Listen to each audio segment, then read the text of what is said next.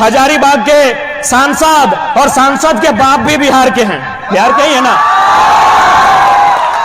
हाल फिलहाल बड़का गांव गए थे और जयंत सिन्हा बगल में बेटा खड़ा था, जयंत सिन्हा जी के बगल में उनका बेटा खड़ा था और क्या बोला पता है? इस पुल का निर्माण हम नहीं कर पाए, मेरा बेटा करेगा। ये एक शोषण की लड़ाई है, जो हमारे ऊपर अत्याचार हो रहा है उसकी लड़ाई है। यहाँ बड़ी बड़ी इमारतों में जितने भी यूपी बिहार से लोग आए हैं, मैं सीधा उन्हीं से संवाद करना चाहूंगा। और जाहिर सी बात है, भले वो यहाँ तक नहीं आए हैं, लेकिन जोहार हजारीबाग, दैनिक खबर, 22 स्कोप और जो भी ये पांडे दीदी, इनके माध्यम से घर में बैठकर सुन ही लेंगे। चूंकि सामने अगर सीआईएसएफ रहते हैं, जितेंद्र को बोकारो वाले सुनेंगे। चूंकि हजारीबाग में यूपी बिहार की इमारतों की संख्या ज्यादा है और चूंकि अगर सीआईएसएफ खड़ी होती है तो हम सीआईएसएफ पे आधा घंटा बोलते हैं, अगर जिला पुलिस खड़ी होती तो हम जिला पुलिस पे बात करते हैं। आज हम यूपी बिहार पे ही बात करेंगे क्योंकि हम विवाद नहीं चाहते हैं। हम अपना विचारधारा को स्पष्ट करना चाहते हैं कि हमारी लड़ाई यूपी बिहार के खिलाफ नहीं है, हमारी लड़ाई भारी भित्री की लड़ाई नहीं है, हमारी लड़ाई है हमारे अधिकार की लड़ाई है। आज जितने भी लोग मीडिया के माध्यम से सुनते हैं कि भारत एक संवैधानिक देश है, कोई कहीं जाके रह सकता है, बच सकता है, अरे अच्छी बात है, लेकिन ये केवल झारखंड में ही क्यों? आज जितने भी यूपी बिहार के लोग, क्योंकि उनकी संख्या ज्यादा है और ब्यूरोक्रेट्स में उनकी संख्या ज्यादा है, उनका दबदबा है, इसलिए साफ कहते हैं। आपके लोग बंगाल में भी हैं, हमें एक भी आंदोलन दिखाइए बंगाल की गलियों में जो अपनी भाषा और अपने अधिकार की बात किया हो। आपके लोग महाराष्ट्र में हैं और हजार में नहीं लाख में है। आप बताइए कब अपने महाराष्ट्र में आंदोलन किया है? आपके लोग तेलंगाना में हैं, आपके नहीं, हमारे लोग झारखंड के लोग भी हैं, तेलंगाना में है, तमिलनाडु में है, केरल में है, गुजरात में है, कर्नाटक में है, महाराष्ट्र में है, चंडीगढ़ में है, दिल्ली में है, आंध्र प्रदेश में है, सभी राज्यों में है। बताइए, मैं आज लोकतंत्र के चौथे स्तंभ के माध्यम से, क्योंकि ये लड़ाई बाहरी भीतरी की नहीं है, ये लड़ाई विभाजन की नहीं है, ये लड़ाई मानवता की है, ये लड़ाई रोटी के अधिकार की है। मेरे जितने भी यूपी बिहार के भाइयों जिनको ये लगता है, बताइए बाकी राज्यों में आपका क्या स्टैंड है? बाकी राज्यों में आपका क्या अधिकार है? अरे उतना छोड़िए, हजारीबाग के सांसद और सांसद के बाप भी बिहार के हैं, बिहार के ही है ना। हाल फिलहाल बड़का गांव गए थे और जयंत सिन्हा बगल में बेटा खड़ा था, जयंत सिन्हा जी के बगल में उनका बेटा खड़ा था और क्या बोला पता है? इस पुल का निर्माण हम नहीं कर पाए, मेरा बेटा करेगा। बप्पो सांसद, जयंतो सांसद और बेटू अब सांसद के तैयारी में। मैं पुनः रिपीट करूंगा, मेरे जितने यूपी बिहार के भाई जो आज यहां डोमिनेट कर रहे हैं, जो आज शासन से प्रशासन में यहां अपना प्रभुत्व बना के रखे हैं, अपना वर्चस्व बना के रखे हैं, आपके लोग महाराष्ट्र में भी है, एक मुखिया नहीं है आपका वहां, एक वार्ड पार्षद नहीं है आपका वहां, यह झारखंड है। एक तो उल्टा आपको झोली भर के रहने दिए, ठिकाना दिए और आज हम पे आंख दिखा के बात करते हैं कि भारत में कोई कहीं है। तो बताइए महाराष्ट्र में आपका कितना विधायक है?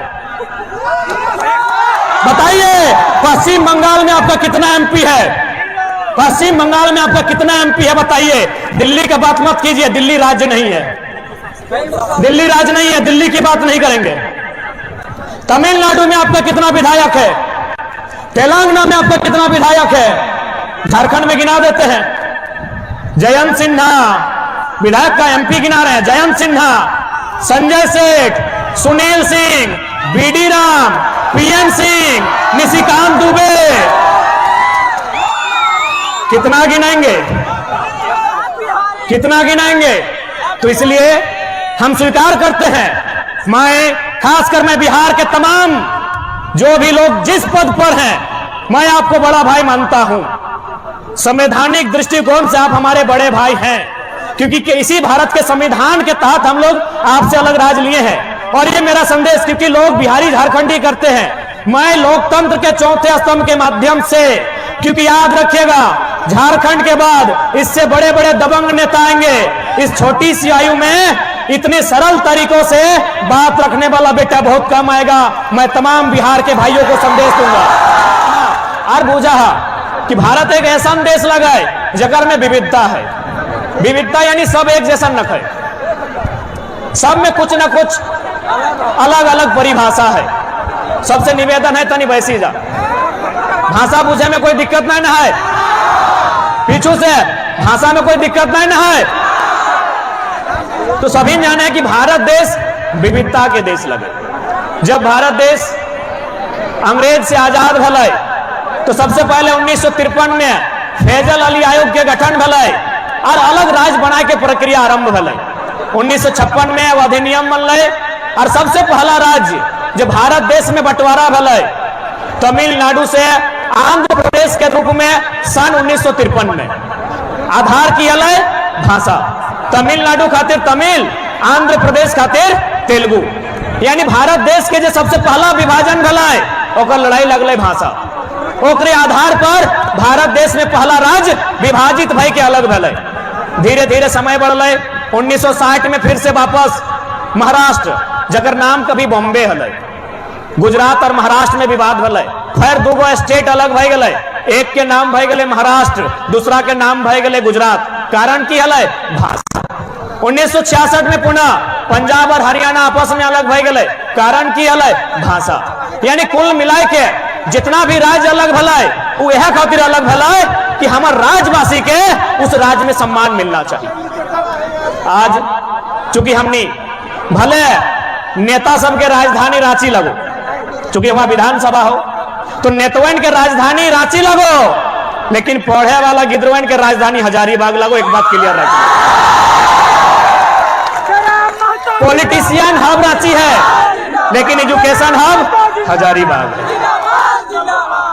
और इतिहास गवाह है कि जब जब छात्र बोला है राज सिंहासन डोला है, तो क्या 24 में राज सिंहासन डोलता है? निसंदेह डोलता है। क्योंकि सबसे ज्यादा आघात जितना भी सरकार बनले, जितना सरकार बिगड़ले, सबसे ज्यादा आघात अगर कर लो हल ककरो हलाए तो छात्र के भले।